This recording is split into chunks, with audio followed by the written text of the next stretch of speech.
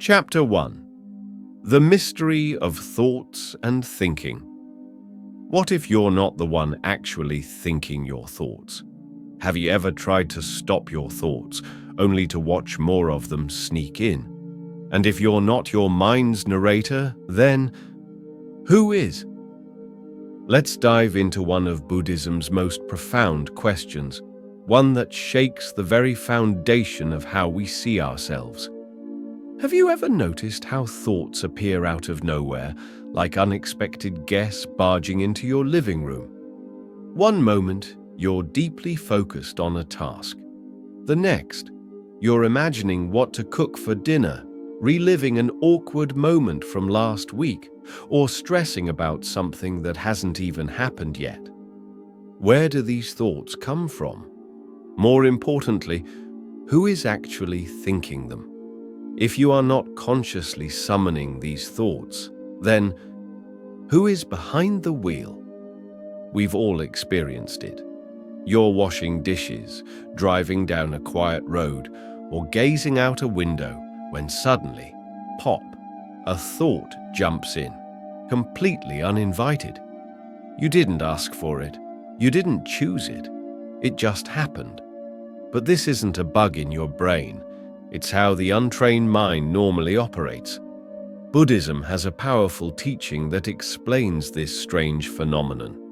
It's called dependent origination, or pratyasamutpada. This ancient concept tells us that nothing happens on its own. Every thought, every feeling, every sensation is the result of causes and conditions. Even if we don't notice the trigger, it's always there. Maybe a smell, a memory, a flicker of emotion. Like dominoes falling, one thing sets off the next, and the next, and the next. Want to test it out for yourself? Try this simple challenge. For just 10 seconds, close your eyes and try to predict your next thought. Ready? Go ahead. Could you do it? Probably not. And that's the point. The very act of trying shifts the conditions. It alters the mental landscape. This small experiment points us directly to one of the Buddha's key insights, the idea of anatta, or non-self. It means there's no permanent I controlling this inner world of thoughts. The Buddha, while meditating under the Bodhi tree, watched his own thoughts come and go, rising, falling, rising again. According to the Majjhima Nikaya, he didn't see a little self sitting behind the curtain pulling levers. He saw a flowing process, a stream of consciousness, not a fixed identity. We've all felt that restless energy in our minds. Buddhists call it the monkey mind, swinging wildly from one branch of thought to another. What should I eat? Did I forget something? Why did they say that? What if I mess up tomorrow? Even just noticing this pattern is a big step forward, because when we observe our thoughts, we also start to see how easily we get caught in them, believing we are them. It creates this illusion of a solid me at the center of all that noise. But what if that me is just another thought? A wave in the stream. Thoughts are temporary, fleeting, always changing. There's no permanent I behind them, no thinker separate from the thinking. It's more like a river than a machine, always flowing, never still. The water constantly changes, the currents never repeat. One thought sparks another, a seamless chain reaction. A random memory leads to a worry about work, which brings up a fear of failure, which triggers self-doubt. And just like that, the monkey is off again. But what happens when we stop identifying with every passing thought? Previously, we saw how thoughts arise like ripples on a river, spontaneous, flowing, sometimes turbulent. One thought leads to another. A random memory of a mistake might stir up anxiety, fear, or regret. That's cause and effect in real time. In Buddhism, this is more than just coincidence. It's a principle at the heart of all experience. Chapter 2. The Empty Center, Looking for the Thinker. Here's something worth remembering. Trying to force your thoughts to stop is like standing in the middle of a fast-moving river, arms out, shouting, "Stop!" The harder you push, the rougher the waters become. Have you ever tried to silence your thoughts, only to end up in a louder mental storm? That's because thoughts don't obey control. In fact, the more you resist them, the more persistent they become. So what's the alternative? Instead of wrestling the current, what if you simply observed it? What if you let the river flow and just stood quietly on the bank? That's where mindfulness comes in, what Buddhism calls sati. It's not about controlling or changing your thoughts. It's about noticing them without getting swept away. The Satipatthana Sutta, one of the Buddha's foundational teachings on meditation, lays out this path with clarity. It teaches us how to observe each moment without judgment, with full presence. When you practice this kind of awareness, something powerful happens. You begin to create space between you and your thoughts. You stop being inside the story and start watching it from the outside. Suddenly, you're not the one yelling in the drama. You're the one sitting in the audience, calmly observing the play unfold. And here's what's truly remarkable. This isn't just a spiritual metaphor. Modern science agrees. Dr. John Kabat-Zinn, the creator of mindfulness-based stress reduction, MBSR, has shown through research that mindfulness actually changes brain structure. It builds mental resilience, lowers stress, and increases focus. Neuroscience confirms what ancient teachings already knew. By becoming the observer, you interrupt your usual automatic patterns. You stop reacting on autopilot. Let's try it together. For just 10 seconds, don't change your thoughts. Don't fight them. Just watch them, like clouds floating across the sky. One comes in, one fades out, another drifts by. Did you feel it? Even a subtle shift? A little more space, a little less grip? That stillness you felt, even for a moment, that's the beginning of freedom. That's the quiet power of bare observation. And now, a deeper question arises. If you're not your thoughts, who is the one observing them? We often assume there must be a thinker behind the thinking, a little pilot sitting inside our heads, pushing buttons and steering thoughts. But what if that assumption is just another thought? The Buddha asked us not to blindly believe, but to investigate. And so we look, just as he did. Try this. Close your eyes and look inward, not to think about who you are, but to directly find the one who is thinking. What do you find?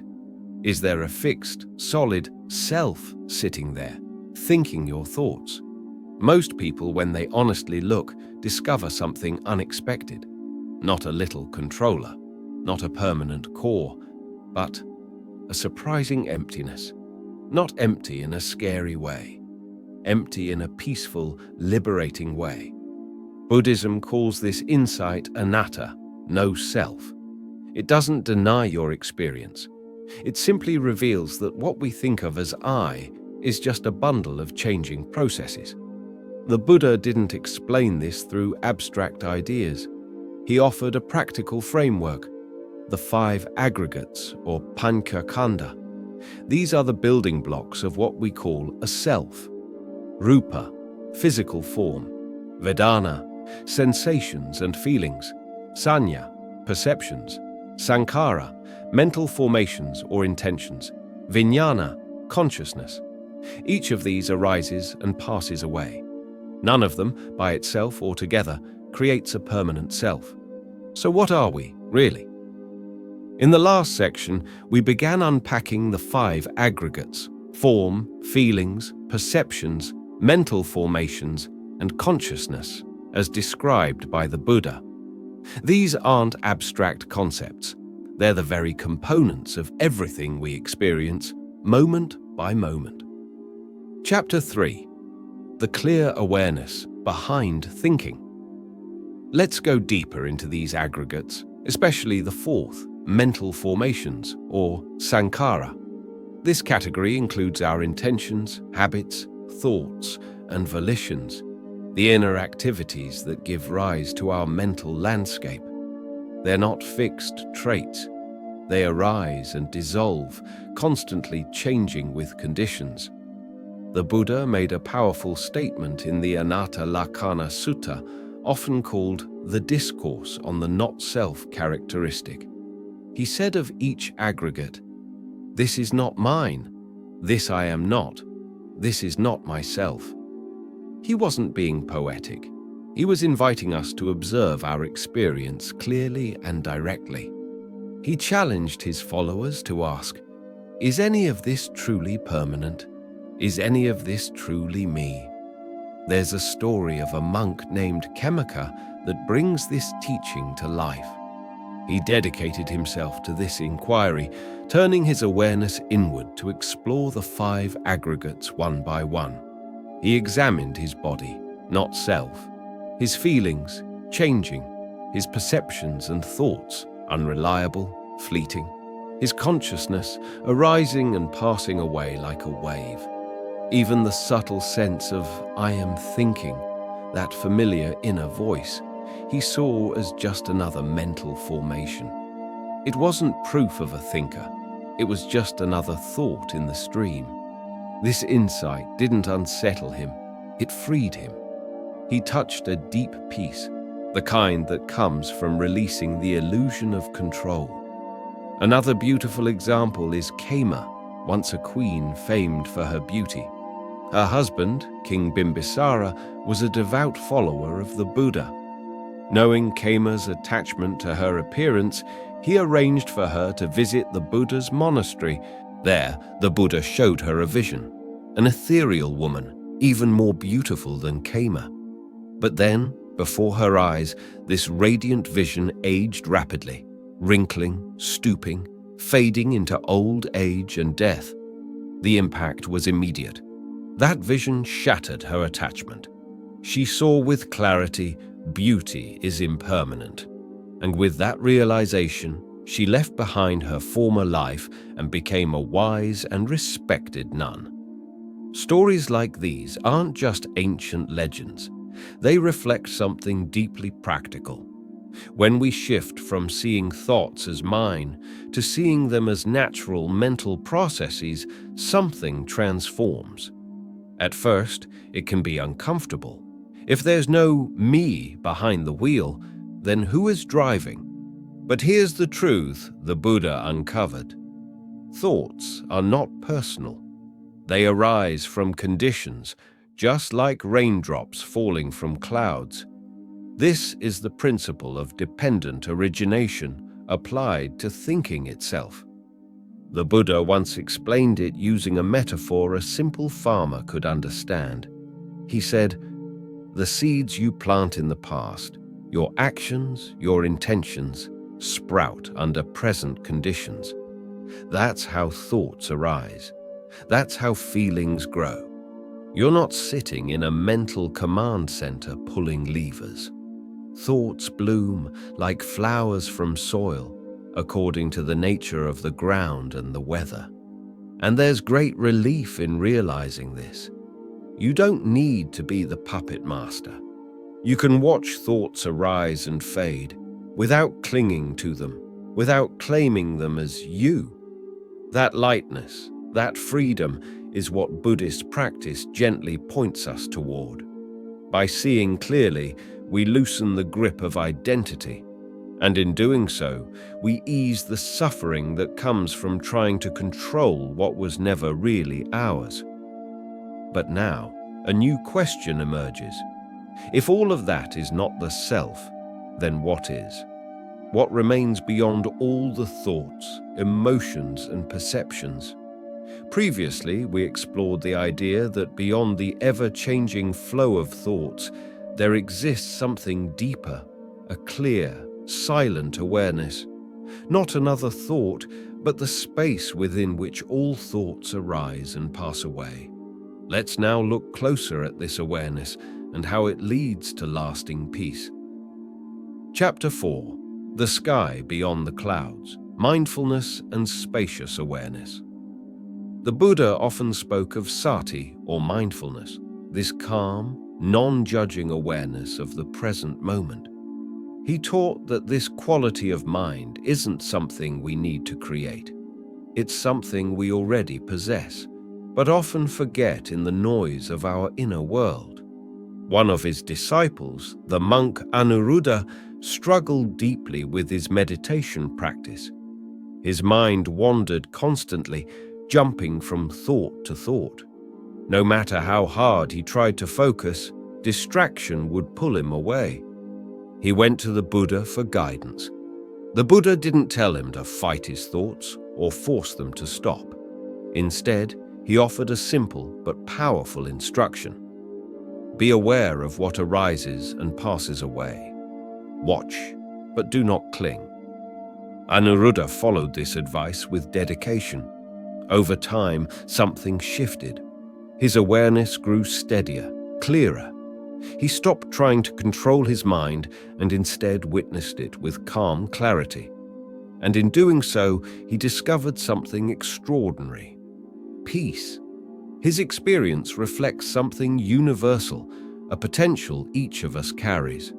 And today, modern neuroscience is catching up. Researchers have found that the brain has a remarkable ability. It can observe itself. This self-reflective awareness isn't mystical, it's biological. It's a natural function of consciousness. Imagine standing before a mirror that doesn't distort anything, just reflects with perfect clarity. That's what this inner awareness is like. Have you ever had those quiet moments, between breaths or during a peaceful walk, when your mind pauses and everything feels still? Those brief gaps, those flickers of silence, reveal something profound. They show us that beneath all the activity, there is space. The Buddha encouraged meditative absorption, known as jhana, deep states of concentration where the mind becomes unified and still. Even a few seconds in this clarity can awaken us to a new way of being. He compared the mind to a vast open sky. Thoughts, emotions, and sensations. They're like clouds. They come, they go. But the sky remains untouched, spacious, clear, always there. This metaphor, passed down through generations of Buddhist teachings, speaks directly to our own experience. When we realize we are the sky, not the passing clouds, we step into a new relationship with our thoughts. We stop getting caught in every swirl of emotion or storm of thinking. And here's something even more beautiful. This spacious awareness isn't dull or passive. It has a quality, a gentle, balanced steadiness called upekkha, or equanimity. Equanimity is one of the 4 Brahma Viharas, the sublime states of the awakened heart. It's the ability to stay present and open no matter what arises, without being thrown off balance by craving or aversion. This isn't just spiritual poetry. Modern research shows that cultivating equanimity changes the way the brain processes emotions. It lowers reactivity. It creates inner space. It brings stability. This is the real freedom the Buddha pointed to, not freedom from thoughts, but freedom within them. Mindfulness and equanimity together allow us to witness everything without being swept away. This is what inner peace truly looks like. It's not about turning off your thoughts. It's about learning how to relate to them wisely. But how do we carry this understanding into daily life? How do we walk through the world with this calm clarity? In the previous section, we explored how mindfulness and equanimity give us the power to witness our thoughts without getting caught in them. Now, let's discover how this understanding translates into real-life decisions, how thought becomes a tool rather than a trap. Chapter 5. Thought as a tool, not a trap. The Buddha never asked us to eliminate thinking altogether. Instead, he taught us how to use it wisely. Thought is not the enemy. It's how we plan, learn, create, and navigate the world. The key is this: use thoughts, but don't be used by them. One of the Buddha's essential teachings on this is called Yoniso Manasikara, wise attention. This is the art of paying attention in a way that leads not to confusion, but to clarity. Not to suffering, but to liberation. Take, for example, the story of Angulimala, a man feared by many, a ruthless criminal known for violence and chaos. But everything changed when he met the Buddha. What transformed him wasn't just external, it was his relationship to his thoughts. Under the Buddha's guidance, Angulimala learned to observe his mind. He began to see the harmful patterns that once ruled his actions, and instead of being driven by them, he began to respond with compassion and wisdom. It wasn't about erasing the past. It was about making different choices in the present. And this lesson applies just as deeply to us today. Let's make it practical. Say you're tackling a challenging problem, maybe a difficult math question or a big life decision. From a Buddhist perspective, what's happening isn't mystical. It's just mental formations, sankhara, arising from conditions. You have a volition. I want to solve this. Then memories of past problems, patterns, and knowledge surface. New ideas emerge. Emotions may stir, frustration, doubt, or curiosity. All of this unfolds inside your awareness. But here's the difference. With mindfulness, you are not identified with it. You are not lost in the swirl of thinking. You're simply observing it all unfold, like watching ripples on a pond. This observation creates inner space, a calm clarity that allows insight to arise naturally. Let's break this process down into 5 steps. 1. Intention, setting the stage. It begins with a clear purpose. I want to understand this. Intention shapes attention. Second observation, mindful engagement. As thoughts, ideas, and emotions arise, you watch them without clinging. You notice mental blocks, breakthroughs, and dead ends. 3. Space, creating room. Instead of forcing a solution, you take a breath. Step away, reset, let new connections emerge naturally. 4. Equanimity, staying balanced. You hold the process with patience. No pressure, no rush. You're okay with not knowing, for now.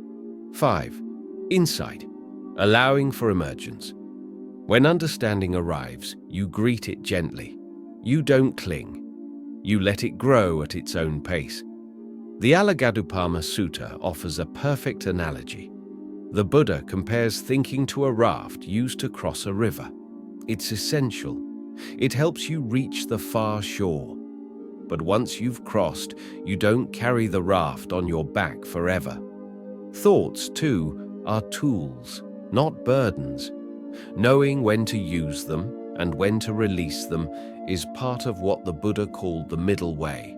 Not suppressing thought, not drowning in it, but walking wisely between the two.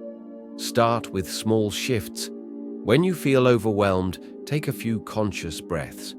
Feel your body. Observe your thoughts. No judgment, no pushing. In time, these moments add up. They create a deep, inner stillness, one that doesn't depend on perfect circumstances. We began this journey with a curious question. If you're not your thoughts, who's thinking them? And now we're beginning to see that the answer doesn't lie in words. It's a direct experience, something beyond grasping, beyond concepts. In the Kulamalukya Sutta, when the Buddha was asked metaphysical questions, he often remained nobly silent. Why? Because sometimes the most powerful wisdom arises not from answering the question, but from seeing through it. And that, seeing clearly without clinging, is true freedom. If this video helped you see your thoughts in a new light, we'd love to hear what stood out to you most in the comments. Was it the story of Angulimala, or the idea of using thoughts as tools, not traps? Like and share this video if you believe someone else might need this message today. And don't forget to subscribe to Buddhism Seeds, your space for gentle, powerful Buddhist teachings that support a calmer mind, clearer awareness, and a more compassionate way of living. Your journey of mindful transformation starts here.